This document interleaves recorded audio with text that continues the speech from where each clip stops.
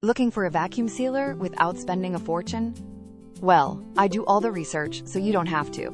Here are the 5 best vacuum sealers under $150, ranked. Number 5 is the MegaWise Vacuum Sealer, our best budget pick at an incredible $29. It boasts one-touch auto vac and seal, dry, moist, and pulse modes, plus a built-in cutter, and includes bags and a vacuum hose for jars.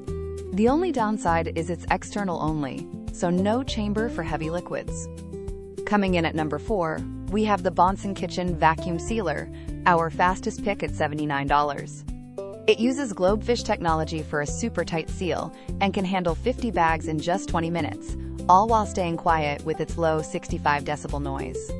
Plus, it has a built-in cutter and bag storage. Our number 3 spot goes to the POTANE 8-in-1 Vacuum Sealer, our best presets choice for $81. This sealer features 8 smart presets for any food, a brushless motor, and a clever sloping top to keep juices right where they belong. It's also ETL certified and comes with a 5-year warranty.